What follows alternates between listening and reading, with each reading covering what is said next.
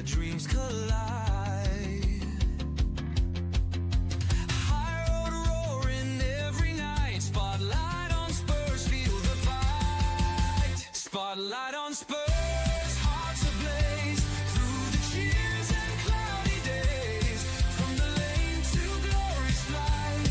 Spotlight on Spurs, shine so bright.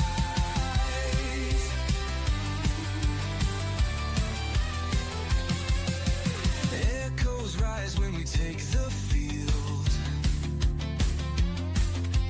This is passion, nothing concealed. Through the tackles, joy ignites. Spotlight on Spurs, burning lights. Feel the tempo, sweet and wild. London's warriors never mild. Every challenge we endure. Spotlight on Spurs, loud and pure. Good evening, everyone. How are we all doing? Thursday night, which means Spotlight on Spurs go live. Hope everyone is having a great evening. Spurs are obviously still not yet to make what we would call a star signing, but we have made a signing. Plenty to talk about, plenty of transfers that haven't gone ahead, plenty of players been linked and then also linked elsewhere nowadays. But we have got yet another great set of panel coming up. As always, you know he's here every single week. We was just saying he's a little bit like Heung-min son.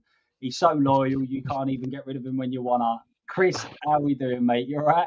Yeah, not bad, mate. How are you? How's things? Yeah, not too bad. As I said, I would be in a much better space if we would had an Eze through the door or someone through the door, but it is what it is.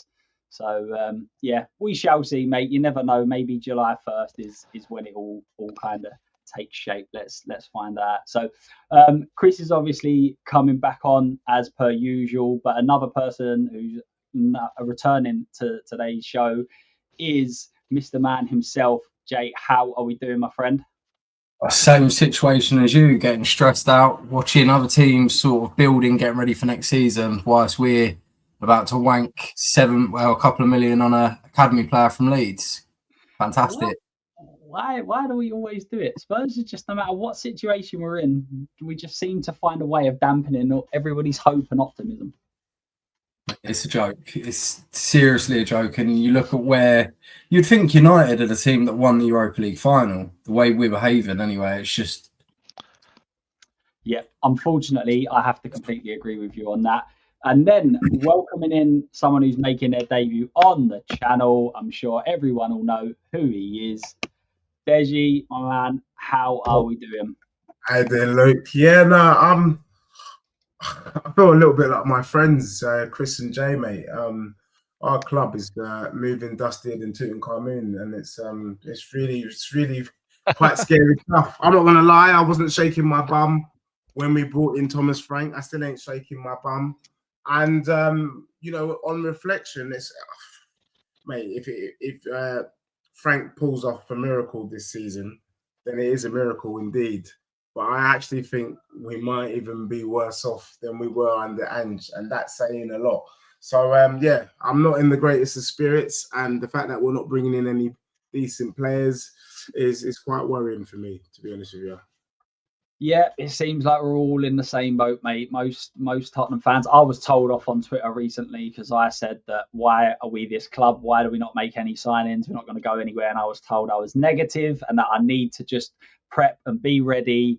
And it's only just happened and the transfer window's just opened and we're going to sign all of this. And I was like, we say this every summer. We say this every winter. And guess what happens? Well, most of the time we don't get it over the line. So I'll tell you what we are going to do. Let's just start on a little bit of a positive because this has gone down really, really well.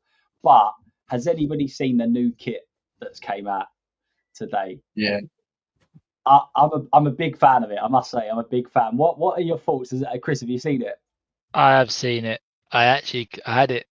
I was, as it got announced, I was luckily scrolling through Twitter, and I said to my missus, I was like, "What do you think of that?" And she's like, "Can you just stop showing me Tottenham kids?" I'm like, "No, but I actually like this. It's actually one that I really like." And I was like, let me just look at the baby kit to see if I can get it for Jack. And she's like, not yet. It's too early. But I actually like it. And I think I like it that much. I might actually buy it for myself and get one for the little man as well. There's some websites you can get it from that are not as expensive as the Tottenham one. Right. Just say it. Don't broadcast it. Don't put it on the internet and tell YouTube or anything. But there is some. I'll send you some sites. I don't know whether you've seen it, but there was someone put up because you can get all of the badges added and everything else, but you can only get the badges added if you had the names, and it was something like £145 to buy the shirt. It's ridiculous. It's It's getting mental. I think I see infant and babies is like 50 quid for the full kit, and then as soon as it goes into like 3 and over, it ends up being like £120 for a quid for a full kit. And it's like, and then you've got just a shirt for the men's is £85. It's mental. It is absolutely mental. But it is a nice kit. Are we a fan of it though? Are we actually a fan? Is that 100%. the only thing that we can smile about so far? So. Yeah. I usually we do have good kits. I'm not gonna lie, but I did think that last season's kit was a bit naff. That green one, I didn't quite understand it personally. And then I'm trying to remember the other one. Look, as an away shirt, it's brilliant, but does it compensate for the home shirt, which I think is not very good? You know what I mean? And that's what we're going to be wearing mostly, which is the home kit. I just never understood the cockerel in the middle of the shirt. It just seems weird. It just looks weird. Yeah. It reminds me when we had, was it Pony where we had something down the middle? Yeah, I think it was. But it just reminds me of a training kit. It's like that's normally a training kit. I've never liked that kind of stuff. Big up, Nige. Elijah in the building. How we doing, sir? You okay? I am actually a big fan of the kit. It did make me smile. I do like the fact we've got some good kits. I got an old school one on today. I like the retro stuff. I think that's really good. Breakfast Armstrong, yeah, that one. That's a Pony one, isn't it? Yeah, Pony. Yeah, you know. Yeah. My missus, she kindly does watch the stream. She probably mutes me because no one wants to hear from me too much. But she's like, I'm sick and tired of seeing that same shirt. You got the old style shirt. So literally every day I come home, she's buying me a new shirt. It's brilliant because I got loads of old shirts. But it does mean I'm generally wearing Tottenham every single day. But I'm not sure whether I need to be reminded of Spurs every single day. But we shall see. So all a fan of the new kit, which is great. I agree about the home kit. It's very much just the standard white and feels like it's always exactly the same, just with a very small. Remember back in the day when you used to have like a kit for like 2-3 years, and now it's like every 6 months. I'm pretty sure there's gonna soon enough. It's gonna be like halfway through the season they're gonna change kit to give us a brand new one again. But you never got to buy training kits, did you? And now they're releasing training kits and like training tracksuits and everything. Now they just seem to be releasing the full whack. Mm-hmm. So it's almost like a typical Daniel Levy sort of move, that, isn't it? To try and get as much money as possible. We'll go into that. So I think we're kind of a little bit touched on it just there. But Chris, obviously, myself and you are on most weeks, so we probably have already kind of gone over it on our side. But I'll just come to you first. Where are you currently at with Spurs? And this isn't just aimed at transfers, or it's just in general. Obviously, we've come off of the back of winning the Europa League. Everyone said that if we win the Europa League, we'll absolutely kick on and United would fall away. And obviously, that doesn't seem to have currently happened. So where are you currently at with everything? Part of me expected it because obviously a change in manager. I think that was always in the pipeline. It was always that. Even when we won it, we had a couple of days and then the parade, and it was still being mentioned in the background that they're trying to figure out his future with Ange. So I never expected anything to move quick. I always expect us every year to be the transfer speculation. We're always linked with everyone that everyone else wants. We're always linked to them. We never end up signing them. We always end up signing a random 19-year-old that no one's ever heard of who goes out on loan and we never see again. He gets sold on a few years down the line. So I think now that we've got the manager, as you say, hopefully once the 1st of July comes in, we'll start hopefully seeing some more movements. Seeing today that Arsenal are interested in Eze because of the package that can be done with the fee being split over 3 years. If we lose out on someone like Eze, who we've been linked with for the past 2 or 3 weeks, if not even longer than that. 2 or 3 years, mate. Since yeah, he was at QPR, we was interested. I think serious interest. Yeah, I think if we end up losing him, it does sort of proves most people point that Daniel Levy can come out and say whatever he likes, but there's still no backing it up. Just waiting for something exciting to happen, really. Again, an announcement, you're just sitting there waiting, expecting it. And then when you see someone's announced something, it's always we're linked with a random person or we've signed a 16-year-old from Leeds. And then you're like, oh, brilliant. Just nothing else, really. So, yeah, a bit up and down, but still waiting, hoping something big to happen. World's most expensive crash, apparently. Jay, what are your thoughts so far? Where do you currently sit with Spurs? I mean, like, the Thomas Frank announcement, I think everybody was expecting it. Like, you can't be putting out, even before the final, there was rumours that we had already been speaking to his camp. He had said, like, what his plan was. I think the whole way it all happened was wrong. I think it sums Daniel Levy up as a person. I think everybody knew, as Spurs, you can't finish 17th, regardless of winning things. And obviously, the main thing for me ever, I even said at the start of last season, I'll take finishing 17th in a trophy over finishing top 4. And lo and behold, it happened, like, on some freak occurrence. But the way it all got dealt with, I mean, they let him give the speech at the parade. They let him build all the fans up and sort of build up that hope that, yeah, okay, maybe next season is going to be completely different. And then it was sort of, they dragged us out for 3 weeks. Daniel Levy does what he does best, and he keeps it quiet. He's putting things out in the media, and it sort of just sums up where we are. And then Thomas Frank's been announced. There was talk that Thomas Frank said he knows what he wants. He wants to have a look at a few players. That's understandable. And it's just like, again, if we sit there and we're watching, obviously Liverpool have gone out, they've spent like, 190 million before we're even a month into the window. You've got teams like United who have gone out and spent it. And then I actually see a statistic. We've already spent 78 million this transfer window. 78 million on players that we get on loans on these terrible deals that we end up taking. And don't get me wrong, I think there's a player in Tell. But if you said to me, would you rather Tell and signing this kid from the Japanese league or going and putting the 20 million down it's going to cost for Eze, it's a no-brainer. So it just sums up where we are as a club. It's like the fans are so disconnected. The ownership couldn't care that they're disconnected. They decided to put out a video spouting a load of bollocks the other day, saying, oh, we're in this to win and progress and we want to win the league. What league? Championship. But I don't know. It's stressful being a Spurs fan at the moment. Do you think that's the reason? Like, I've found that it does seem that our fan base is impatient. But, like, for instance, we signed Tell, we signed obviously this youngster. But for me, it's that I don't think anything's coming afterwards. That's the problem. It's like, and I keep saying this about, we can't say about Romero, and we'll probably go into that in a little bit. But people are like, oh, should we sell him? And I'm like, no. And the only reason we shouldn't is because I don't think we're going to bring in an adequate replacement. It's going to be someone who's not as good as him. And then therefore the team just gets worse and worse. And then we wonder why we get worse and worse. We've got his replacement.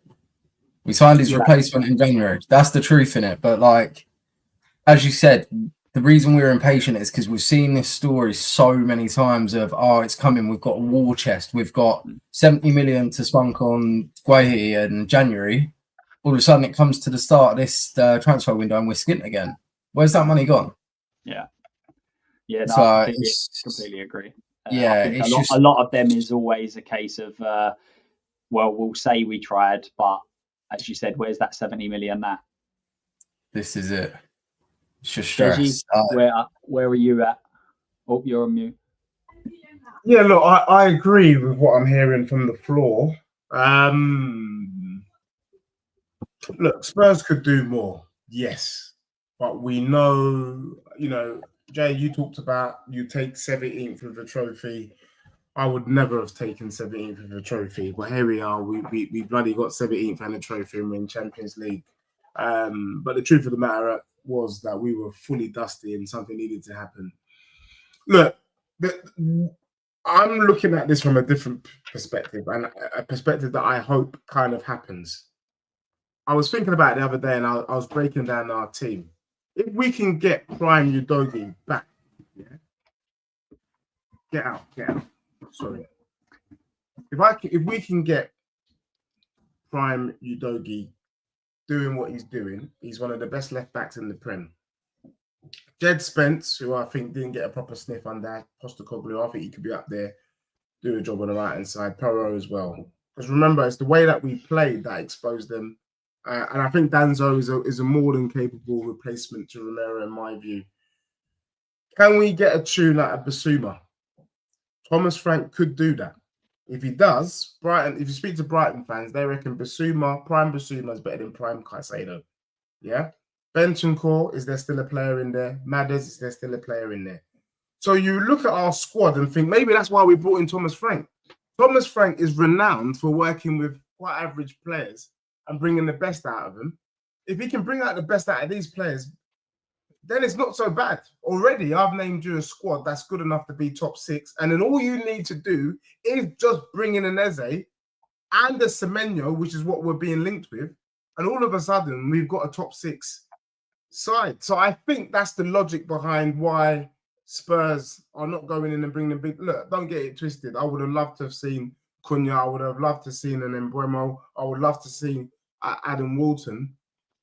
But maybe they're not needed because what we needed is a coach who can coach the goodness out of the players. So I'm hoping that's the reason why they brought in Thomas Frank. And actually, we might be pleasantly surprised come start of the season. But do you think that one of the main reasons he was brought in is because he works within a restricted budget? And obviously, when Levy's making statements about winning, I think it's gone way overboard. I think people have almost heard it and thought, oh, we're going to win it in a couple of days. That's not the case. He's obviously not meaning we're going to win it next year or the year after. He's meaning that is the ambition of the club under him. But it's almost like he's appointed a specialist in someone who works on a restricted budget. So therefore, is he really pushing the boat out? Yeah, but, we did the same under Poch. Do you know what I mean? And we were challenging for the Prem over a number of seasons. Sometimes it works, sometimes it doesn't work. That's the nature of the beast. We've never been the type of team to spend 100 million on a player, and I don't really expect us to. Yes, I think he has been brought in on a budget. The question is, can he do it on that budget? And if Poch can do it, maybe he doesn't. Like I'm saying to you, like we've got the nucleus, we've got the core of a potentially good side. Part of the reason why we're pissed off is because a lot of those players underperformed last season. And if you can get a tune out of them this season, then we would be all right. 100%. Just get some... Yeah. I completely agree. I mean, I don't know how you guys feel about it, but when we signed Basuma, I thought we're signing one of the best central midfielders in the Prem. It didn't work under Conte. It didn't work under Ange. Maybe that, from what I hear, it's very much that tactically he's not the best, but I think with Frank he will put a system in place where it might enable him to be able to take that step up and be better. But is it already a time where one of Basuma and Bentancur go? Is it going to be a time where we keep both and then everybody thinks that we need to sign another midfielder? We've already Bergvall, we've already Gray in there. Do we have the space to go and sign another one and then take it to 5, maybe even 6, depending on who you look to play in there? What do you think, Chris? I've seen that. I think Bentancur might be looking to extend his contract. Yeah. So if they're going to do that, and if you are right in thinking that one of them goes, that to me flags that Basuma could be the one that goes. It's a tough one because, as you say, the finances, what we paid for Basuma and the player that we were getting, to me, it was a great deal. Couldn't believe we had actually done it, to be fair. And then when he turned up, you could see it, the player that was there, and then it sort of just went downhill and it never seemed to pick back up again. I think towards the end, I think when it counted in the when Ange sort of changed it towards the end of the Europa League run, because we had to change something, it wasn't working. He changed it, ended up winning the Europa League with the changes that he made. You could sort of see Basuma coming back into it and being that player again. He wasn't at the peak that he was. But I agree. I think Frank's come in to coach this team because there are players there. There are players that can play and they are good. They've just had a season where, for whatever reason, it's just not worked for them, whether it's individuals, whether it was the injuries, whether it's the minutes played, whether it was the coaching. Could be a number of things, but I don't disagree that our squad, there are some players in there that need to prove themselves, and they can next season be better. For me personally, I just feel like attacking, we do need to go and sign some players like your Eze's and that, because we do need that out there. Obviously, you could probably look to buy in different positions, which I think we will look at. But I don't disagree that there is a squad there that can compete to a high level. It's just obviously the Champions League with the Premier League, all the cup games as well. We know it's going to be a busy schedule. They should be preparing for that, and we should have a squad that's adequate to rotate, and the level should not drop. Yeah, I don't think there's any doubt that this group of players should improve. And obviously, hopefully, Frank puts in a system where they're able to do better than they were last year. But saying that, if we was to be in the position where we start the season with a similar squad to we did under Ange, is that enough? Or say, for instance, we only go and get one forward player, one attacker that we've all kind of mentioned we probably need. Is that enough to be able to give Frank the tools to be able to go and actually be successful? Because, as I say, you should definitely upgrade the players. The players should upskill. We should look better tactically. Probably won't concede as many. But is this team good enough to be able to really be where we want to be? What do you think? Yeah. I mean, I said I would have done the job for free last season, to be honest, or I would have done it on a pay-as-you-go basis. Look, the truth of the matter is that look, if you look at our back four, and I think some people think I'm a madman for saying this, I don't think it's far off our best back four in recent year. And I think our most best back four recently has been Danny Rose, Carl Walker, Toby, and Van de Ven. You've got, not Van de Ven, Vertonghen. Yeah. You've got Van de Ven and Romero, arguably two decent defenders, up there in the top three, top four. You've got Udogie, who I think at full potential could probably match, if not be better than Bissouma. Better than bloody Danny Rose. And then, maybe the right-hand side is a little bit weak, but Pedro Porro can whip in the ball. Or you've got Jed Spence who can take a man on. It's not that bad. Vicario's up there. It's not that bad. Do you get what I'm saying? So it's not terrible. Yeah. But that higher line was a disgrace. What we had, remember, guys, is you had Udogie further forward than bloody Solanke.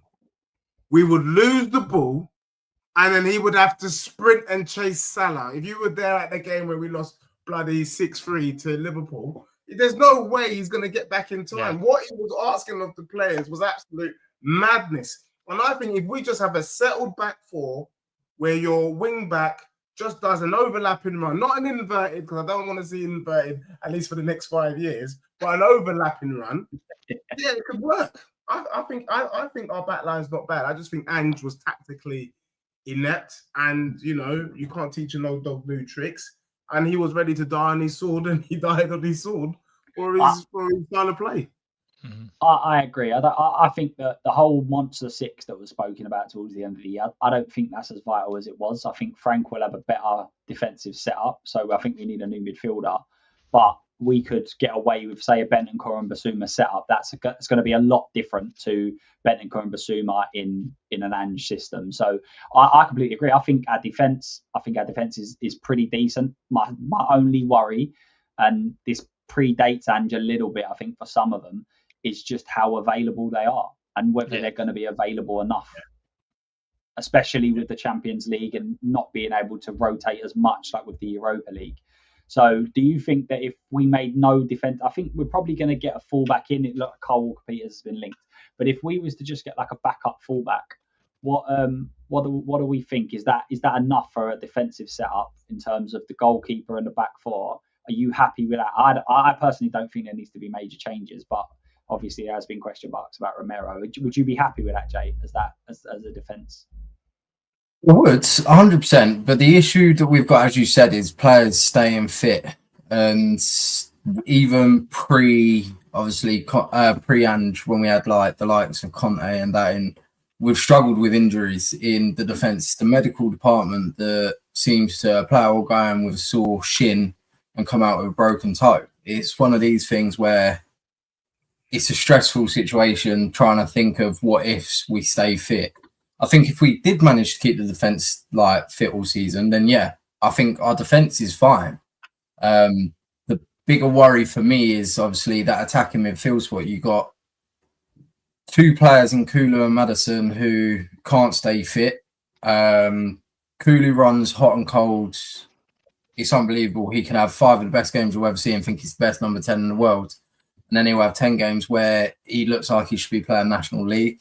Maddison, I got told by a Leicester fan when he first joined, he's a great player, but the one thing that goes wrong with him is he can't stay fit consistently throughout a season. He'll never play a full season. And this is proving it. And obviously you look at it, Kulu's out till August, maybe early September as it is.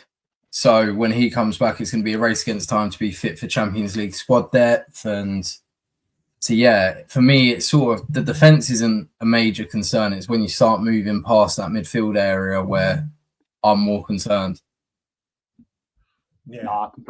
What I would say, though, just to say is that what I found pretty strange from Ange is that he didn't learn from the previous season. So if injuries was a season the first time round, surely what you do is you prep yourself the second time round just in case. We're not wishing bad on any of our players, but what I would be doing is getting cover for Udogie.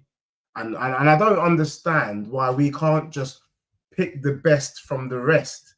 It's very easy and it's very cheap. For example, why don't we bring in Robertson from Fulham? Yeah, there's enough game time for him. There's enough game time for Udogie. Job done. I think Dragushin and Danzo, if they're covered, that's if we don't leave Romero, is more than enough. You can't have 4 World Cup winners on, or 4 World Cup winning centre backs. But I agree, number 10 position, some of the season will be Madders, some of it will be Kulu. Bentancur, Bissouma. Hopefully he revitalises Papsar, because I think there's a player in Papsar. Hopefully we get to see more of Bergvall. Maybe Archie Gray becomes our number 6. And then Solanke. I want us to feed this brother. He was getting the ball. He was banging in goals at Bournemouth. And actually, can we get a Brennan Johnson of Nottingham Forest and not Brennan Johnson of Spurs? Because if we get the Brennan Johnson of Nottingham Forest, there's a player. That's the problem. We've got players. Yeah. The players they're in the thing right now. That's a problem. How many players have we got where if we sold them, they're going to go on to be a level like 1 or 2 levels above what we've currently got? And we're like, where was this player? Yeah. Like I could see Johnson going somewhere, all of a sudden getting a bit of confidence, flying past his winger, still scoring at the back post and going, where's this player been? Honestly. And Frank said it. Frank said, look, he really rates our squad. And you've got to think what he did with that Brentford squad. There's not many players you would take from that bloody squad. Do you know what I'm saying? So he's coming there and he's licking his lips like, bro, you're literally giving me all of this. I just think we've been poorly mismanaged. But yeah, look, I think for the fan base, what we do need, though, definitely is the name. If we go this summer without a name, we are moving like the bloody Red Tottenham, Spicy Spurs, Scotch Bonnet FC, Red Hot Chili Peppers, Arsenal, because they're not a serious team one bit. They're moving like that shower curtain that they had in their Champions League semi-final. Do you know what I mean? And we don't want to be like them. At least show the fans some intent. Because if you don't show intent, that means you don't want it. And if you don't want it, what's the point? I think that's where all the fans are at. I think it's literally just the intent. It's going out and signing.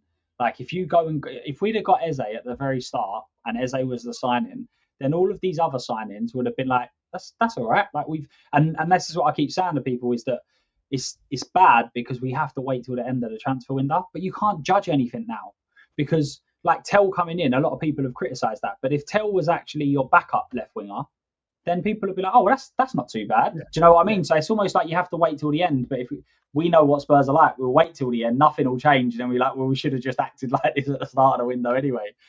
Mm-hmm. It's a crazy old world. Oh, so, we got is it Yang? Is it Yang? Yeah, from QPR. He didn't do too bad at QPR from what I could see. Do you know what I mean? He looks like he's got a lot of pace. Again, could it be that he comes into the first team, does a job, I think the one thing for me is for certain is that I don't think Son will ever be what he was. He's a club legend. We love him to bits, but we need to be preparing this season for the successor. You know, we should be prepared that Son is going to have less and less minutes this season, and bring in some real proper wing firepower. You know, today I'm crying out for an Aaron Lennon. Do you know what I mean? And could you imagine if we had Aaron Lennon, what he would be doing? That's the sort of player that I need. I need someone who can do 1v1, beat a man, whip the ball into the box, because that's what Solanke needs. He is a master of heading the ball, but no bloody balls came into the box. I mean, it was a madness. So people don't understand how good he is in the air. And I'm not saying in terms of like a leaping against the centre half and winning the ball. I mean, if you go back to the goals he scored for Bournemouth, some of the headers he scored were like Harry Kane-esque. They were unbelievable. The technique was so good, but obviously the tactics mainly last season were to cut the ball back and it to be on the floor. So I completely agree. But the thing is that how many players in our squad beat their men? They don't. That's not something we tend to do. So, but actually talking about Son, so we'll just move on a little bit in terms of what came out yesterday. So on Last Word at Spurs, Matt Law was on, made a couple of crazy statements in my eyes, and then others not so much, kind of backtracked on what he did say. But what he did say was that there are some at Spurs who felt the way Son was acting, the way that he approached after the final, the way he was, and the way that he spoke, kind of insinuated to them that he thinks that it's potentially his last game. So I agree. I think if Son is an option, I'm not against him being in the squad next year. However, if we're offered 30 to 40 million and we reinvest well, would you keep Son around, or is it perfect timing after winning the league, winning the cup, to kind of say, right, you've done your time, you've served your time, and we'll ship him out? What do you think, Chris? It's always going to be your fighting with your head and your heart with Son. I think, as you say, he's a club legend and he means so much to Spurs. But I think if he was to go, it's good to go now on a high. He's won something. He's lifted a trophy as a captain. He can say he's done it. He can move on, and I think most Spurs fans will give him a round of applause and will send him on his merry way in good spirits. I just, as you say, I don't think with the last season it showed that it took its toll on him, and he might have just needed a break. But I do think it is probably time for him to move on and go somewhere else and get a new challenge. Jay, what are your thoughts on Son? With Son, for me, I've been one of his biggest critics over like last 2 years. I think you know how good he is and you've seen how he's performed. Don't get me wrong, numbers are still there, but it just seems that obviously his biggest asset was always his pace and the ability to beat a player. And for me, it seems like he started to lose it, which fully understandable. He's getting older. He's given us literally everything. He's always said the one thing I want to do in my career is leave Spurs with a trophy. I think for me now is the perfect time for him to go. Obviously, if you stay around too long, you're going to see yourself become a villain. And unfortunately, regardless that you've lifted that trophy, when emotions are flying high and you've come on and you've had a bad game, fans are going to gun for you. So, as Chris said, if we can get 30 to 40 million, give him his graces and let him go wherever he wants to go. He deserves it. He's earned it. It's like, he will always be a legend for all of us, obviously. Most of us are too young to even remember any big glory days other than the FA Cup in 2008. So, for me, but again, it's if he goes, who are we going to get to replace him? Or is Daniel Levy going to turn around and say, yeah, look, we've just put the money on tail, that's our new player. And then Tell's hoping that Mikey Moore can be his backup for the season. It's a situation where, again, if Son does go, you've got to rely on the recruitment to be right. And we don't exactly have a great track record of that at the moment. So, it's quite interesting you say that, because I think if, again, most of the time we've spoke about Thomas Frank on here, Luke, I've always said he's known for being very good with bringing youth players through.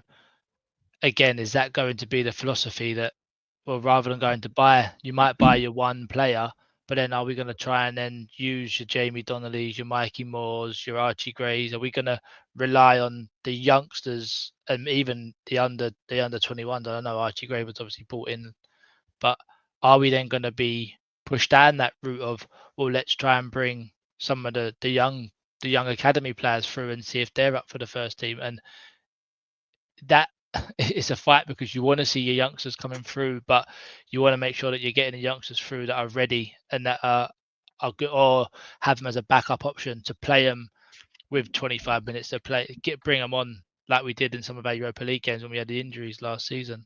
And I hope that doesn't then, well, we've got 5 or 6 good youngsters that could potentially be in the squad. We don't need to go and sign the 3 or 4 players that we need right now. You might just get your one marquee and then we use our youngsters, which is sort of you want to see it, but you don't want to see it. You want to make sure you've got the squad there and have your youngsters to give them the experience to get them in.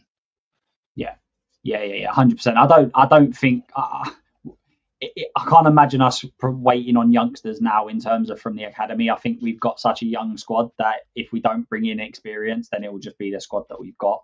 Mm-hmm. But what are your thoughts on Sonny, Des? You reckon we should be cashing in? Look, anyone who knows me well enough to know I was ready to sell him before the start of last season. And I think if we had told him at the start of last season, we would have got 70 mil. His performance was so poor this season. I think it's wishful thinking to think we could get 30, 40 mil, mate. We'll do well to get 20. So, look, I think what's happened is he managed to win a trophy. So, yes, he gets to leave having achieved what he achieved. But I was kind of happy even if he didn't. So, yeah, he does have to go.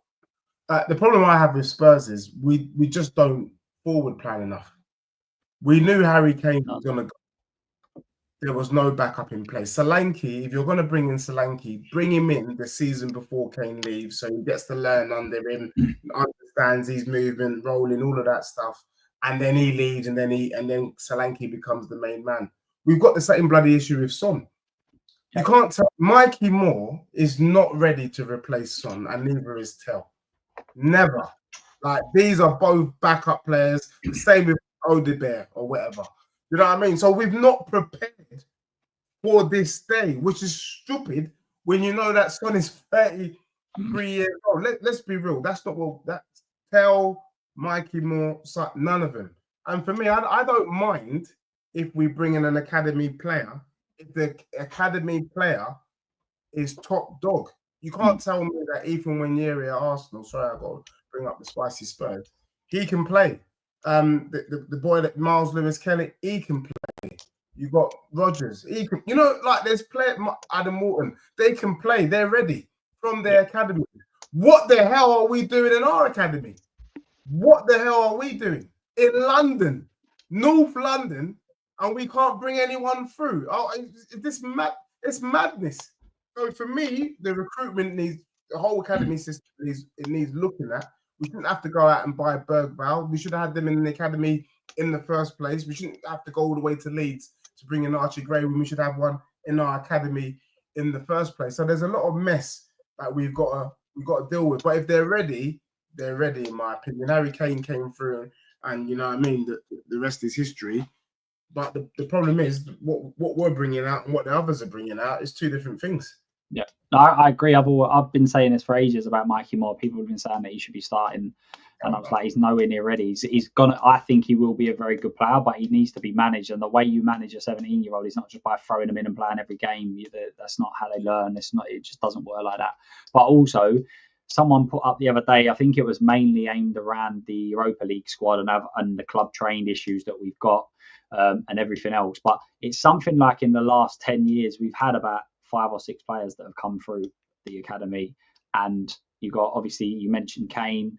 Moore is obviously still really young, but then after that you're looking at like Skip, Winks, like these are the sorts of levels of players that we're bringing through, and we're just so far off of it. And that's why I think that we're talking about going and signing this youngster from Leeds, is because our academy's not up to it. So we're going to other academies to steal their players, and then eventually they will be hopefully club trained if we sign them early enough. But it's just like we shouldn't be in a position where we're needing to nick youngsters from championship clubs to them competing our youth teams. It's that, but also like our academy system lacks vision. So what do I mean by that? We sold Madueke to PSV, and then there was a point about a season ago where we wanted to buy him back. We sold Carl Walker-Peters, and I'm bloody reading, we want to buy him back. We sold Marcus Edwards, yeah? And what are we doing selling players that we want to buy back? Like, that has got to be some of the most dumbest things. So what are they looking? Do you get what I'm saying? Like, that doesn't make sense. If they're not good enough in our academy and you sold them, you don't want them back. I don't see Man City saying, let's claw back. You know, do you think Man City are going to bring back Cole Palmer? They're not going to do that.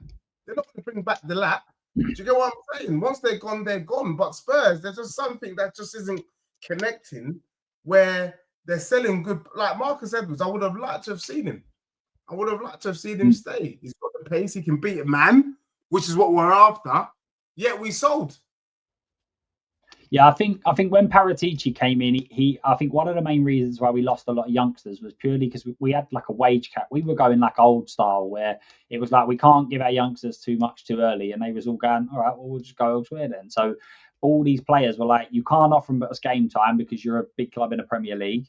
You can't offer us money because you've got this weird wage structure that no one else has got. So we lost so many youngsters to that. They've disappeared. He's obviously changed it up. But the problem is, as you said, with academy players is that you can make changes now. You're not going to see them now where you sign a transfer, you sign a big money transfer, you see the changes this season. With the youth setup, you're not going to see it for 5, 6, 7, 8 years because obviously they've got to then grow up and become of age where they come in and make that. So hopefully the changes that he's put in will mean that we're getting better youngsters. But it just feels like this is just a constant battle where we're a youth project but don't actually sign the elite level youth, so therefore we're signing decent ones, and it's just a little bit of a crazy world. So yeah, I completely agree with PR. Mikey Moore got bullied on quite a few occasions in certain games. I felt that the very best Mikey Moore should have been doing is coming off the bench for the last 15, 20 minutes of games to gain a bit of experience. But in terms of starting, I see people saying I don't think he was anywhere near that sort of level. As I said, there were some other stuff that was mentioned by Matt Law. The one that has kind of took the Spurs community by storm is actual cash at Spurs is dangerously low. So obviously we haven't spent massive money like the Liverpools and Cities, etc. But apparently we're running low on money. He followed that up by saying that Xavi Simons wants to come to England, Spurs are interested, and a transfer fee won't be an issue. So was this all just a ploy to create a little bit of clickbait? Because from one hand to say money's very low, to then say that a player that's probably worth in the region of £60 million, the fee won't be an issue, doesn't really make sense to me, to be honest with you. So what are your thoughts, Jay, on Matt Law's comments yesterday? Oh, mate, he's a master shit stirrer, isn't he? If we're being completely honest, I think that's the best way to put it. He knows how to ruffle Spurs fans up. I can't remember the last time he's actually posted something positive about it. It's one of these things with him. It's got to be. He's a great journalist, but he does have it in for Spurs, and when he knows he can get clicks out of them, that's what he'll do. To say that we've not got cash in, I mean, everybody's seen what we've put on at the stadium since the season's finished. But it wouldn't surprise me because there's something like 250 million in unpaid transfer fees that we owe out. Obviously, don't get me wrong, I know they're staggered over probably 5-6 years, some of these payments, some of them maybe longer. But ultimately, it's just becoming a problem where the fans, obviously the players themselves, aren't being given the resources to sort of get out of this predicament we're in. And it's sort of, where do we go from here? Because if cash is running low, where's it going to come from? We've already seen that our wage bill to turnover is under 40% now. So it's the lowest in the league out of the top flight teams that have been there consistently. I think we're one of the lowest in Europe as well. So we can't say that we've not stripped the wages back. West Ham have more players on, more money than us. And obviously saying, oh, don't throw X amount of money at players. Going back to this Xavi Simons situation, the fee's not a problem. but what he's asking for in wages is, I mean, you could double the guy's wages and he still wouldn't be on as much as what we were paying Timo Werner this season. So with Matt Law, certainly most of his takes, it's got to be taken with a pinch of salt. But then at the same time, it wouldn't surprise me if there is a cash flow problem. Obviously, we've got to make sure the number one priority is sorted, and that's the hotel that they're building. That's exactly it. So we're just talking about that in terms of the wages. So this was posted on X, and it was 4 of the top clubs and their wage bills. So Chelsea there, you can see, goes all the way down. So they've got Reece James at 250, Raheem Sterling at 215, Fofana at 200, and then all of these are at least 100k. Moving on to Liverpool, you've got top earner 400k, Van Dijk 350, then it goes all the way down to here for 100, over at least 100k. Arsenal, you've got 280, 265, 240. Again, comes all virtually that whole page is at 100k. And then we move to Spurs, and there is only 5 players that are on more than 100k, and Werner's left, so he won't be included in that. Obviously, there's been reports of Heung-min Son leaving, so he potentially may not be in that. And then the other person who's in there is Christian Romero, which again, so we could end up having 2 players in this squad that are on over 100 grand a week, and everybody else will be on less than 100 grand a week. You just can't expect to get anywhere near the top of the table with these sorts of finances, can you, Deji? No, you can't, mate. It's a classic case of what you pay is what you get. And if we've got only 2 players under 100 grand, mate, then we can rest assured that Eze won't be coming, because I think Eze is on about 120 grand a week at Palace. Yep. And I was absolutely shocked when I heard that Solanke came to Spurs for 90 grand a week. Absolute madness. Yeah, look, I honestly, the only thing that I'm hoping for, and this is me just throwing this left field, sorry, Chris, sorry, Jay, is that Amanda Stavley or whatever her name is cooking up something with some Qataris in the background, where they're about to put in some monster bid to take over Spurs before bloody the 1st of September. Because honestly, at this rate, we will get relegated. You know, this football is not difficult. You know, Chris, you were saying something, and you know what I was hearing from you is it's not bloody hard. Go out and get these players. I think I thought we had 200 mil. That's what I heard. Yeah, that's what I heard. Yeah, you can go and get 5 good players at 40 mil each that would transform Spurs' fortunes. You can get Robertson for 40 mil. You can get Baleba for 40 mil. You could probably get Adam Morton for 40 mil or less. Do you know what I mean? There's players that we could get from Europe for around about that figure, transform our fortune. The thing is, though, what I am scared about, lads, and I will say this, every season that goes on, the more time I see Beyonce shaking her ass, Chris Brown shaking his bum, the boxing with Eddie Hearn and Frank Warren, I am now looking at our club. I'm hearing, by the way, that the Jacksonville Jaguars have decided to be permanently based in the UK, for the NFL games. Guess where they're going to be permanently based? At our club. So we are moving like bloody McDonald's. We are an American franchise, Dallas Cowboys. And, you know, it could be the end for Spurs, because if we're not ready to spend, but we're ready to keep taking and keep taking and keep taking, what we're going to have is a Glazer situation where we're so decrepit that the only way is down. And last season was a sign. The fact that we deserve to finish 17th, by the way, and let's be honest, let's call a spade a spade. That Europa League was bloody pony. Rubbish. So I'm not going to shake my bum. Yes, I'm delighted that we won a trophy, but I'm not going to shake my bum for that competition. That is crap. So, guys, I think what we need to be thinking about is, if next season is a disaster, then what do we do? I think it only proves that if next season is a disaster, that it doesn't matter what manager we get in. It's the top of the club that needs to be changed. And I think if Levy can't see that, then that's ultimately every time we've changed manager, people have said to me, "Oh, what do you think? What do you think?" And I said, it doesn't matter anymore. We've had the big names, we've had the ones that are going to come in and try. It doesn't matter no more. The club is being run as a business, and it doesn't seem like they. I think I see that since ENIC took over, they've invested something like £180 million into the club. It works out 121 million. I put a tweet out earlier. And it works out like £5 million a season. And I'm like, that's our owners have put in £5 million. So the club's just ticking over and it's just making profits. And I'd love to see how much Levy's being paid and how much the bonuses are for all of the stuff, because it's more than £5 million. It has to be. Yeah.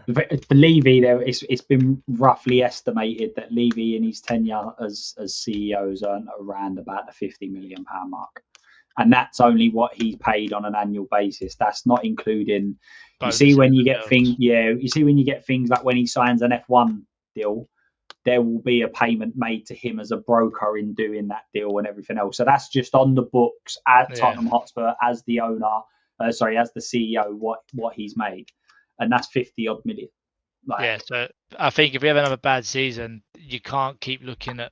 I mean, it might be that the managers, the playing style, but again, we've got someone in like Thomas Frank who everyone seems to think he's going to tactically transform us, and coaching wise is going to be really good, and he can only do what he can do. But I think if it doesn't work with Frank, then if Levy doesn't go or ENIC as an ownership doesn't change, and then key figures at the top change, it's just we're going to be in this ever fighting battle, and we're going to be on there talking for the next 10 years about how we're still hoping that someone can come in and overachieve and try and do something on restricted budgets. Chris, can I ask you a question? Why do you think he brought in that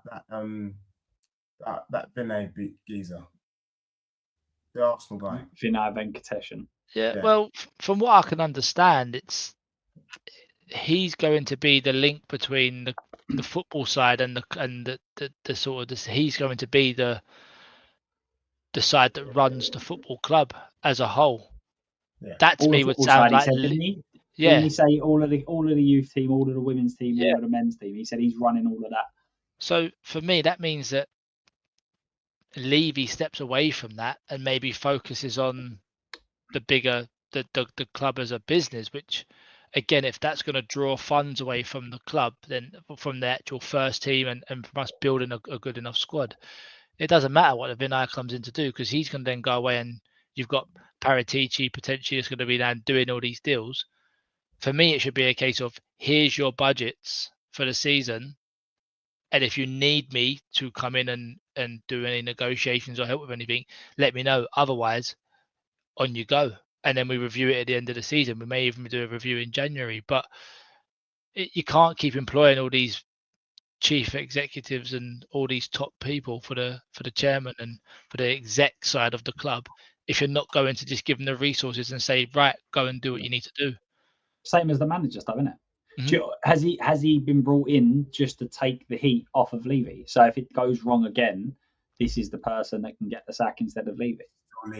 It's still Levy. It's still. I agree. I think it is. I think everything you can pass on your responsibility, but you can't pass on the accountability. That it all falls to him. He takes credit when we do well. We have to take the blame, and not all of it, but he has to take some of it for sure when things go wrong. We've tried everything.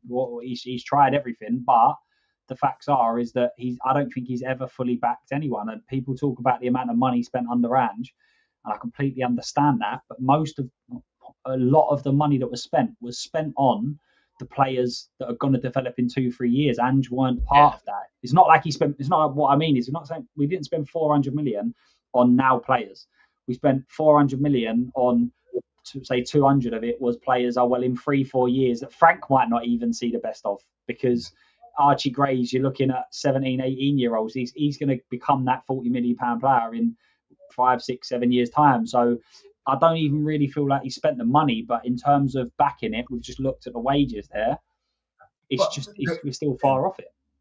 The only thing I would say is that we have been guilty of wasting money.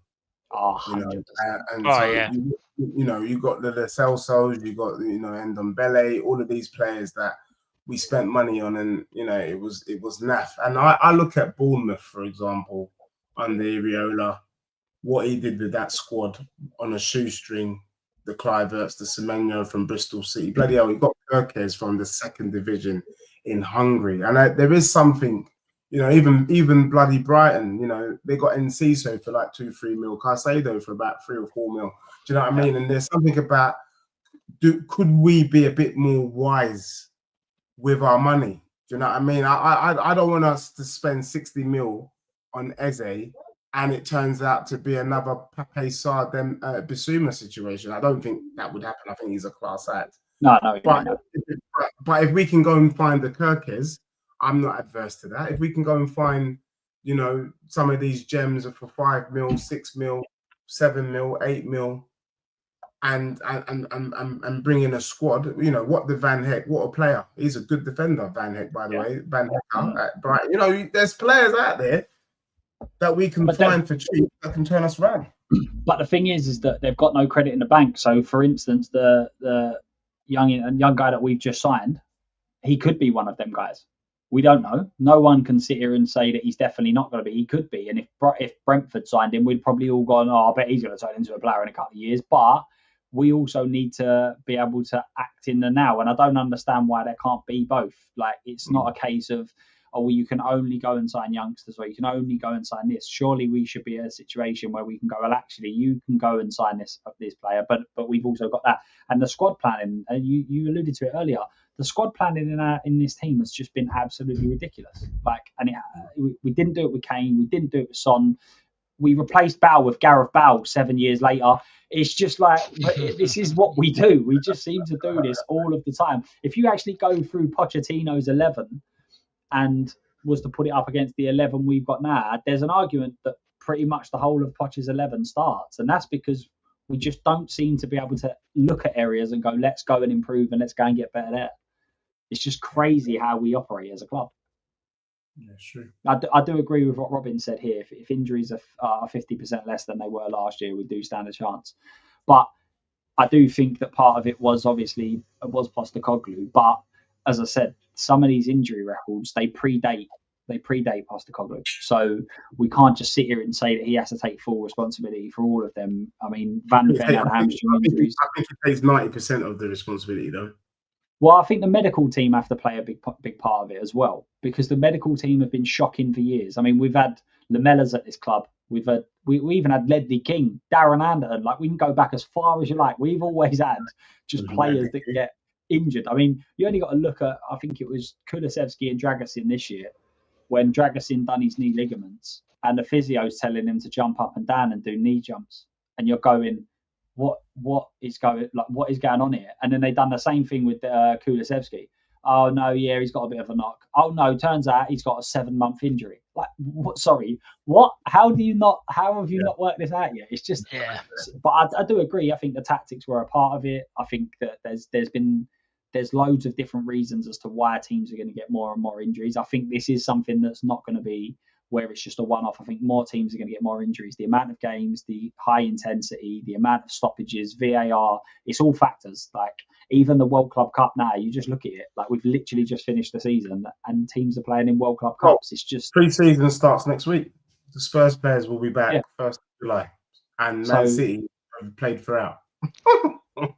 It's just absolutely great. And then with Spurs' injury record, you just can see it coming, where we can easily see another couple of... Solanke was a prime example. Solanke didn't miss a Premier League game last year.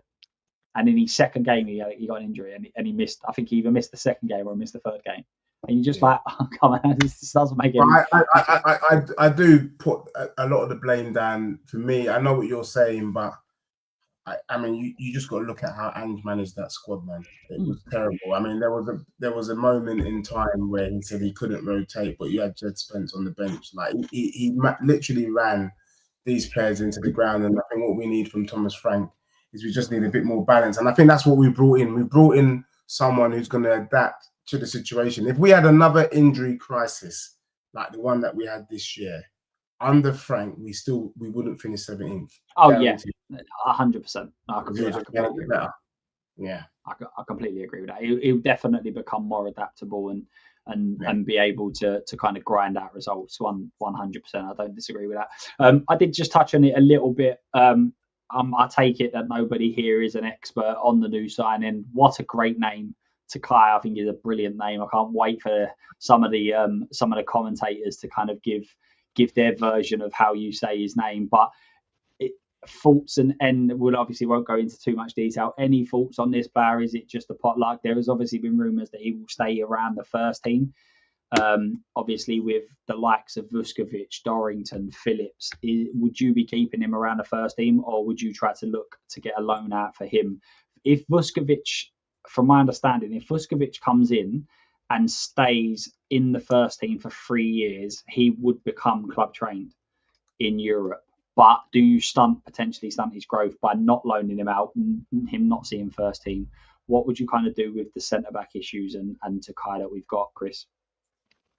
It's a tough one because, again, it's probably one of our strongest pools of young players. We've got some good potential in centre-backs, as you say, with the Dorringtons, the Ashley Phillips. So it's not a gamble because we spent £5 million on the guy that's coming in. Yeah. So it's a £5 million transfer. It's not breaking the budget.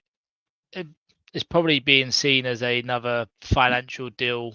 We're tapping into that market over there, and we're going to have a player from Japan, I think he's from, that's going to sort of potentially headline for Spurs, and it's going to be that market for him there, similar to what we've got with Son in Korea. But from what I've seen, he looks like he looks pretty good. But I think it's always, again, it's a big jump to the Premier League, even from the Championship to the Premier League. I think is a big jump. So it wouldn't surprise me if we don't send him out on loan to a Championship team or a Premier League team, and just sort of let him dip his toe and see how he actually sizes up with that sort of level, and then see how he goes from there. But I would like to see Dorrington or Ashley Phillips potentially stay as a backup, and just see how they can get on. Really, Dragustin is the one for me where if he was to go, I could see it coming. I don't feel like he's out though, isn't he? I don't think he can return till January, so he ain't going anywhere. His injury puts him out until at least a couple of months into the season. Of what I've seen, I don't really rate him too much. I think he's good as a backup, as a last choice backup, but I'd much rather, again, you're taking a chance on one of the youngsters, but it'd be interesting to see what happens, because for me, as I say, the centre backs, we have got quite a large pool of young centre backs. What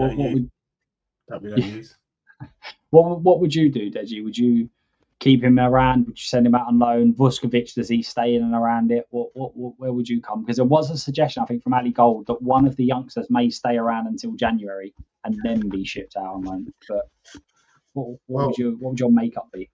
Yeah, I'm glad you didn't notice, because I had to do a Danny Rose and Google him, to be honest. And in my research that I did in the last 2 minutes, I absolutely learned nothing. Yeah, that's the honest truth. I learned absolutely nothing.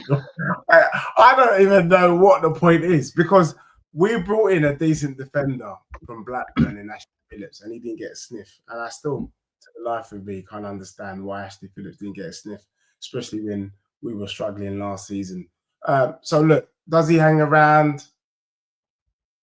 I mean, he's coming from the Japanese league. I think it's an Ange signing, to be honest, that was done before Ange left. No, there's nothing about him to indicate that he's going to hit the ground running. I do prefer the Croatian lad, Vuskovic. I think he had a great season last season, and I actually wanted to see him come through. But we've got Ben Davis still sitting there. Do you know what I mean? What a loyal servant! You know, we're not a serious club, because you've got to get rid of Ben Davis first before one of these guys come through. So yeah, no, it's a naff signing for me. I don't understand it, but I'm happy to be proven wrong. What do you think, Jay? Are you in agreement there? Is it naff? Yeah, is it just one of them? It's 5 million. Does it really matter? I think it seems to be a bit of a commercial signing. Obviously, as Chris touched on, it's a huge market. Obviously, we're running a risk on a player that you could argue is probably playing at the standard of League One, maybe League Two. Currently, he's young. Obviously, there's a lot of room for development. You compare it to obviously Vuskovic, who's currently he's made his debut for Croatia. He's 17, by the way, and he's playing for Croatia. He's one of the most sought after centre back prospects in Europe. Period. The talk, obviously, that was coming out was that this year he won't go on loan. The club he's currently at did ask for him back for another season, and they were told no by Tottenham because they want to put him into the squad. So it's going to be interesting to see where he goes. And obviously, you can see aerially he's a great threat. Defensively, I don't seem to have seen too much other than him scoring bicycle kicks and headers. So it's one of these ones. I think if there's any that's going to be around the first team, it's going to be him. Obviously, we can't forget Big Kev as well. Danso is one of these players. I think in a Thomas Frank team where there is times where it's clear your lines, you're defending, he's the player you want in there. And I'd argue that is where his strength lies compared to Romero, who does like to play out or takes time on the ball. Danso's, he just don't want it in his area. He'll get rid of it wherever it goes, as long as it's nowhere towards his goal, he's happy. But yeah, this Takai signing just, in my opinion, seems a lot more of we're trying to capture a new market and sort of edge into there.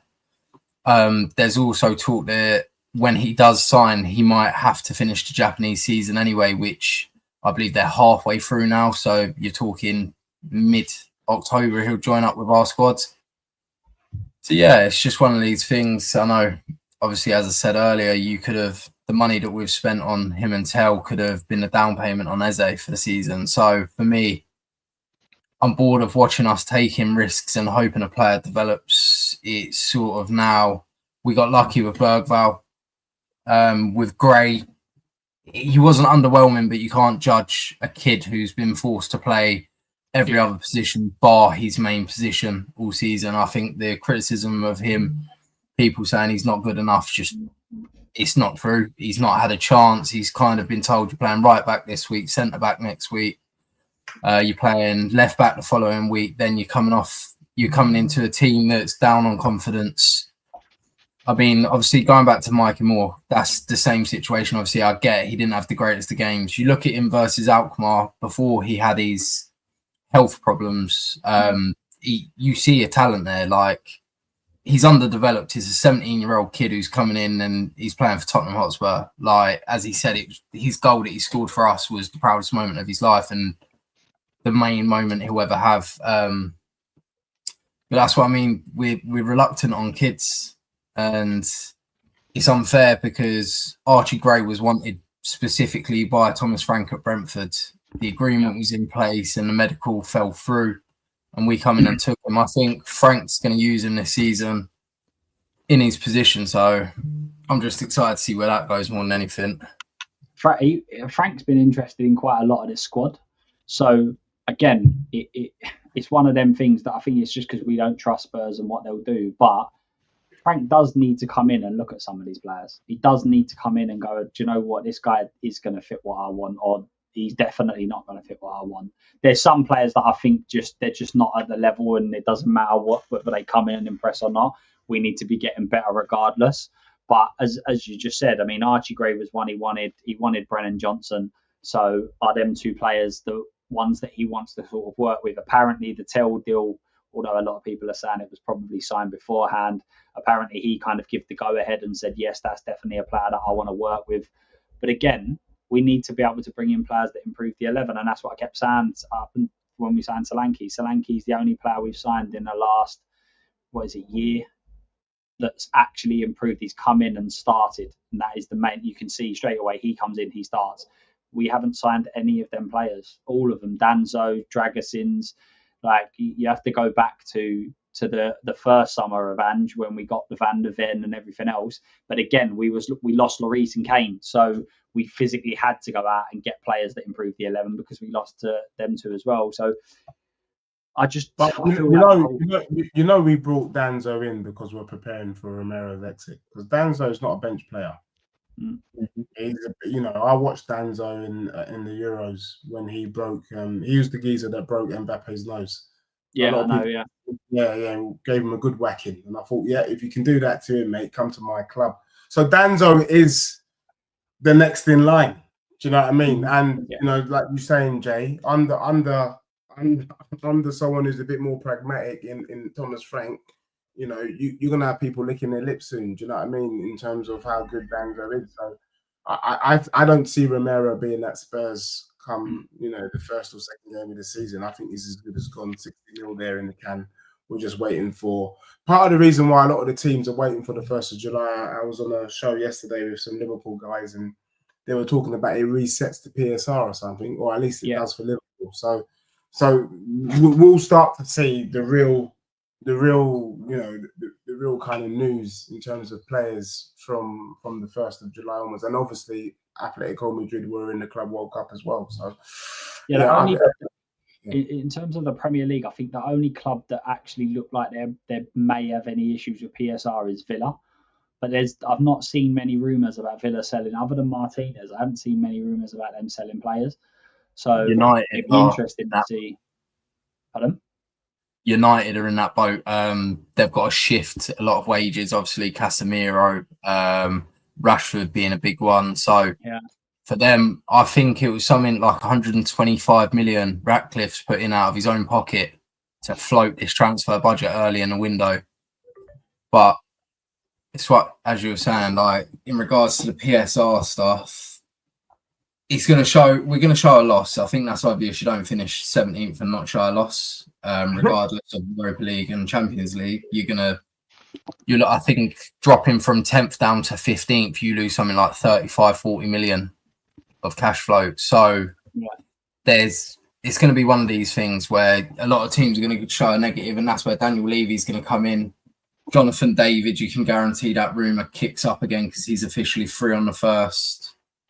Yeah. But he is free, but he's still, I think it's something like 25 million, 30 million, because he wants 15. The agent wants 10 or 15 as well. So although it is a free agent, the signing on fee is huge. But that, again, I think that's spread over the course of a contract. I think you do an upfront payment and then you spread it over the course of a contract. So, but yeah, I definitely agree. I mean, it wouldn't surprise me if we went in for at least a couple of free transfers. As you said, Romero, Matt Law actually said as well yesterday that his gut feeling is that Romero leaves. But then there was also the Spurs are basically saying that if 60 million pounds offered, they'll sell, but if not, then they won't. Do you think 60 million is roughly? How much did we get him for? We got him for what? 45? 52. I think. 52 million euros, I think it was. I think So it was 45. So potentially we've made about 8 mil on a World Cup winner. That's one in every final that he's played in. Are we smoking Budgie Banton on an empty stomach or something? Because that is the most stupidest thing I've ever heard in my life. He shouldn't be going for less than 80, 90 mil. Do you know what I'm saying? Like, for me, I understand it. It's crazy. The thing is, as well, he was asked to attend the final game of the season and he refused. Spurs were expecting him there to do the Lapper thing. I think that shows where he's at. If a player's wanting out and we can gain a profit off of him, I'd rather gain a profit than hold him to it and next year lose him for free. That's like, well, sorry, not next year. What is it? 18 months, I think he's got left. So he can agree from next summer to sign for a club. I think from a business point of view, I don't think many clubs have what we're going to demand for him, what we think he's worth, and he certainly is worth that. But ultimately, if you've got a player that's played 52% of his games for Tottenham Hotspur in 4 years, and then you also look at what he does and the way he does it, he's called out Levy publicly himself. He said, this club's got no ambition to kick on. I love the club, but I can't stay. Obviously, for what I get involved in the process side of things, obviously, yeah, amazing. But you got to look at it and think, we're going to lose a World Cup winner, possibly for free. If you've got to weigh out the two options where you're going to say, are we going to take 60, 70 million for him? Or are we going to keep him for a year where he's going to be unhappy, possibly not playing at his best, his availability is half? That 60, 70 million I know it's Daniel Levy, could go towards a potential replacement or could go to bolster the squad somewhere else, and someone like Kevin Danso can come in. Yeah, the only thing I would say with the slight pushback is 52% in terms of attendance rate for Spurs, 100% attendance in areas. Do you know what I mean? It just seems to always get fit just the week before he has to fly off to Buenos Aires. Do you know what I mean? So that this is it. So yeah, look, I agree with you, and if that is the case, and we've got an unruly child in our club, then we've got to get rid. But definitely, I just feel like 60 mil just feels like we're breaking even. Like, it doesn't make sense. We should be selling Romero on a profit at least good enough so that we can bring in 2 players. You know, I just feel like, okay, you know, you're just giving us some money. You're giving us what we paid pretty much for him, which for me doesn't make any sense. Like, I don't feel like I've gained anything then. Yeah, no, I completely agree. I think the numbers are not great, but I think it's just part of it is the market. Everyone seems to have shifted towards they want to buy younger players. Like, you look at Dean Huijsen, for instance, 55 million. So for an extra 5 million, you could have got Romero, World Cup winner. I think the injury plays a part in it. I think the fact that he's just not available as much. And then also, I think the other part of it is also that the money's in the Premier League. If he was probably at say, an Atletico Madrid and come into the Premier League, then maybe that'd be a bit different. But obviously, everyone seems to have sorted out their centre back. So it is a tough one. And again, we're going back to whether we believe that Spurs are going to invest that money. So if let's just say 60 million's the mark. If you used to sell him, you've got Danzo as the replacement, and then you go and sign Eze. Most people might go, do you know what, I'll take that. But my worry would be we sell Romero, we then go and sign a Ligue 1 player who's 21, 25, 30 million, and then we don't sign the Eze, and then all of a sudden we've lost Romero, not gained anywhere else, and then it's all sort of pointless. You kind of touched on it there, Jay, just a little bit. So in terms of change for Tottenham, obviously there was protests towards the end of the season, etc., etc. Where does change for Tottenham currently sit now? In terms of, obviously, we've won the trophy. Daniel Levy's come out and said what he said. There has been changes within board level, which may or may not be what people wanted. But where is the current stance at this moment in time with change for Tottenham? Yeah, so obviously, in regards to the protest stuff, we got caught in between a rock and a place never heard of. Spurs was sat 17th and we were in a European final. It split a lot of the group follow us. Should we cancel the protest? We had a protest planned for the Crystal Palace game. Should we cancel? Are we affected? And the thing is, we listen to everybody. Obviously, none of us are paid to do it. We do it off of our own back. It's sort of, we put our own money into it. A lot of us have kids. So like our stance, obviously, we're still seeing everything that's going on. Most of us, I've only just come back off a 2-week holiday. Some of the other guys are away now, but we're looking at this transfer strategy and we're saying this is exactly why we were protesting, and people called it wrong. We know how it's going to finish up come into summer. So for us, we're sort of watching and waiting. It's hard to say, oh, we can do this, we can do that. Turning up to the training ground whilst half the lads are swanning about in Turkey and places like that, it's pointless. So obviously, of course, we want to be out there kind of banging the drum that this is why we call for change, and we've got a bit of change, whether or not it was because of us or if Donna Cullen stepped down by choice and she was stepping down regardless. I think for us next season, we just got to keep on the pressure with it. We got to keep it growing. Obviously, the one thing that makes it difficult is we are in this situation where we've brought in a new manager. The likelihood is the results are going to improve off the first couple of games. It's a new manager bounce. Players going to have a bit of confidence. Obviously, as a Spurs fan, all I hope for is Daniel Levy miraculously does go out and gives Frank the 1 or 2 players that he might want, and obviously says to him, right, work with what you've got. Here's the couple of players that you've asked for. It's just that from our point of view at Change for Spurs, there's not going to be much change. We know what it's like. We see this every single time. The likelihood is we'll go and spunk 50 million on Dibbling, and that'll be our marquee signing. We seem to love to overspend on a player from a club that's valued at half of it. I mean, Richie, we've seen. Obviously, Johnson, we paid 55 million. Obviously, I'm grateful for Johnson. He's kind of the spearhead to us winning the Europa League. But we've got a track record of overpaying for players that I'm pretty sure if you was to look at it, you could have got them on a bit of a better deal. So yeah, for us, there's stuff coming up. We've just got to kind of see where this transfer window goes, because for all we know, we could protest, and then, as you said at the start of the show, 1st of July, all of a sudden, bang, floodgates open, we sign 3 or 4 players. So it's more about sort of looking and not being reactive to what's going on in the background, because ultimately nobody knows what a billionaire's thinking or what his plans are to do with the club. Yeah, I think, as I say, that's fair in terms of he might surprise us. You just saying we go and sign 3 players there, I'm like, oh, I was just in dreamland for a second. I don't believe it'll happen, but let's see. So we are going to wrap up shortly. I was basically just to kind of finish it off, I was going to just do 2 quick kind of questions.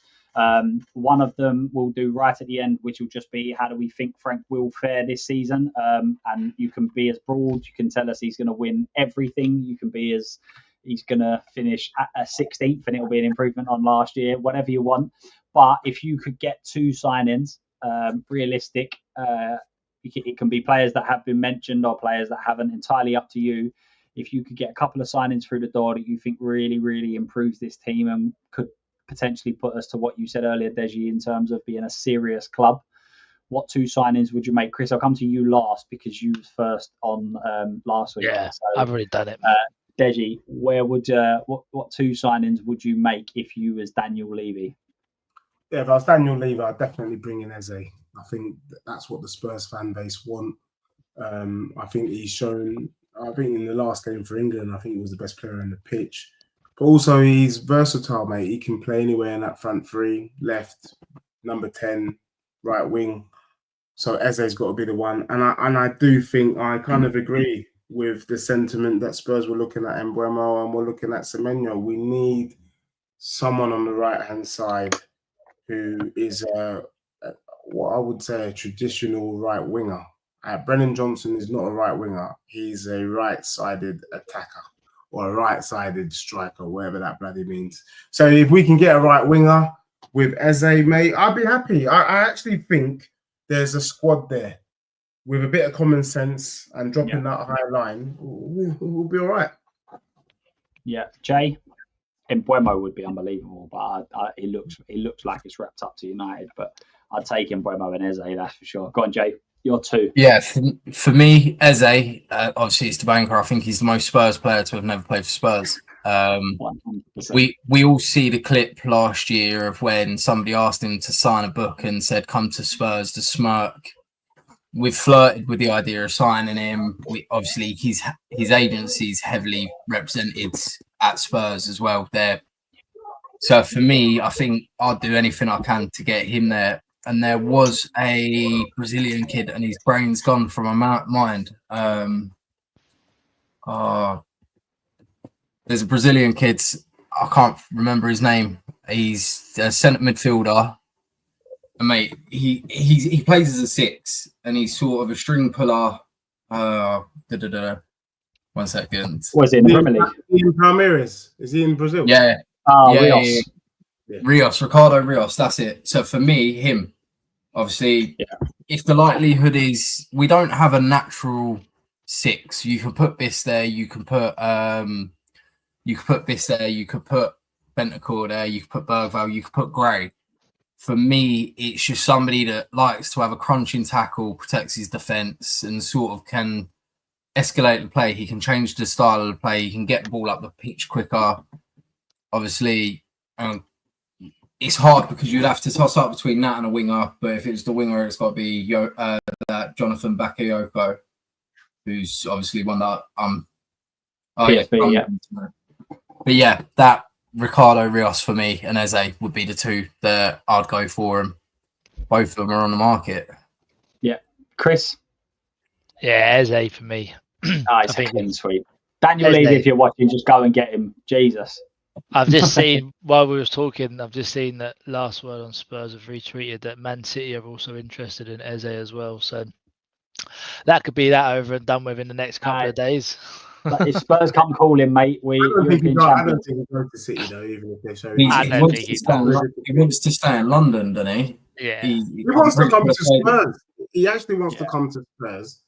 And that's why they've done this kind of pay him in 3 installments kind of thing, and then lower these bloody. He wants to come and look. The least Daniel Levy can do is bloody do that. If he doesn't do that, then I think boycott the stadium this season, mate. Shocking. Yeah, I think if we don't get one of Eze and Buemo Semenyo over the line, I think that there will be some serious questions asked of him, and quite rightly so. As I said, guys, we are going to wrap up. Thank you all so much for the comments and everything else. Make sure you're liking the video. I have put everyone's links in the chat. We've got 2 X accounts, and then obviously, as you know, Deji has his own YouTube as well, so he's in there. Please make sure you're liking and following and all of that good stuff. So to wrap up, guys, how is Frank going to do in his first season? How are Spurs going to do?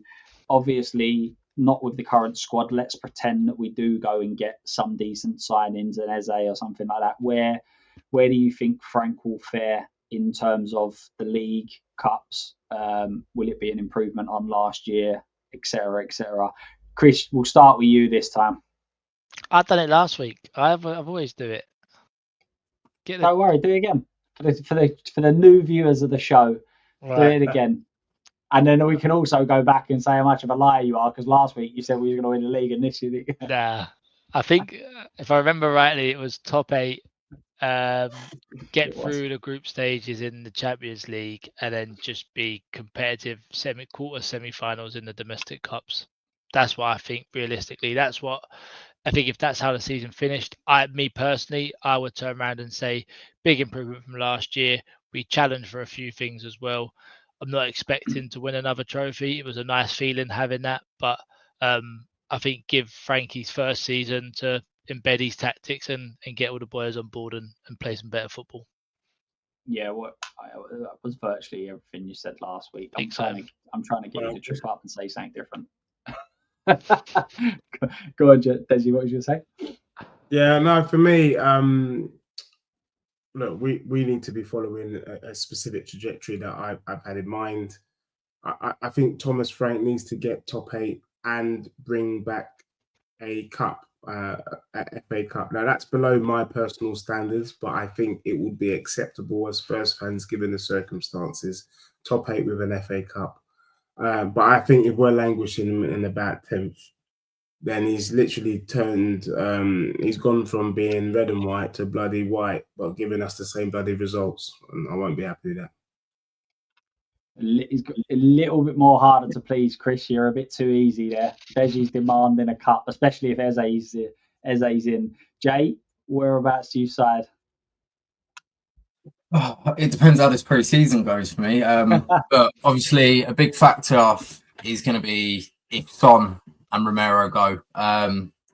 Say they stay. I think top 7 definitely, and I think we'll have a deep cup run in either the FA or the Carabao Cup. One of the two will kind of do what we usually do, get through to a semi-final and get knocked out by Chelsea, I reckon. So.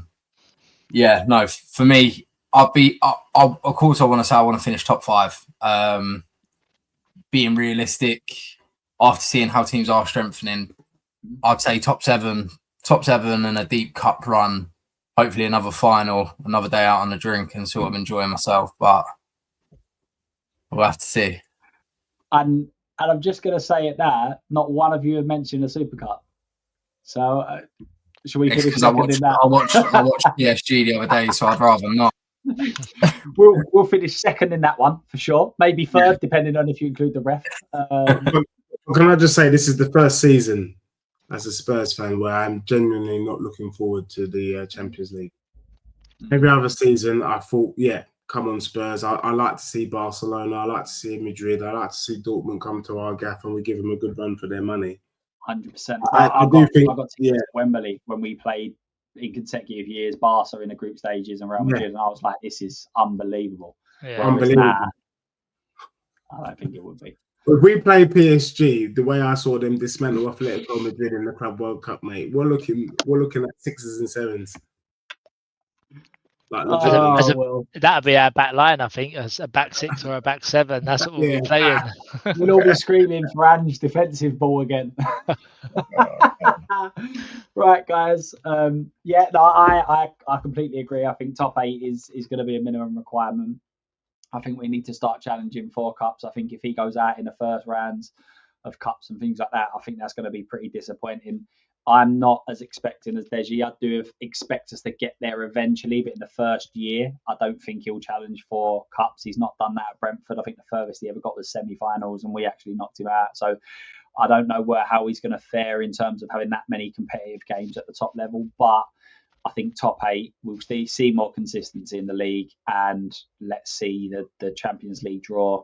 It could be one of them. Knowing us, we'd draw the top 8 in the world, and we'll play all of them week after week. I think we're pot C, aren't we? So we've got to draw two better. Well, yeah, it doesn't matter. It doesn't matter what pot you're in anymore, because you take 2 from every pot anyway. So it doesn't matter what one you're in. I don't understand why it even makes a difference. It's a bit. But it's I believe it's the away legs. I think you start away if you're in pot A and B. You're home first. Pot C and D, and then it rotates. Right, okay, fair enough. Yeah. Oh well. Maybe we'll have a couple of good days out. That'll be all right. As you said, have a few beers, and at worst case, we're drinking because we're celebrating, or we're drinking because we're commiserating. Either one of them we're drinking. So there you go. Yeah. All right, guys. As I said, massive thank you for everyone in the chat. Thank you for the panels coming on. Really, really appreciated. It was a good one tonight. We have got some optimism around Frank, but boy, have Tottenham killed our love at this moment in time after being Champions League a couple of weeks ago. We are all in the mud at this moment in time until we finally get a big signing over the line. So thank you very much all. Have a great rest of your evening if you're a late night guy. And yeah, I will see you all again, hopefully next week, 9:30. So thanks all. Take care. See you later. Bye-bye. Cheers, mate.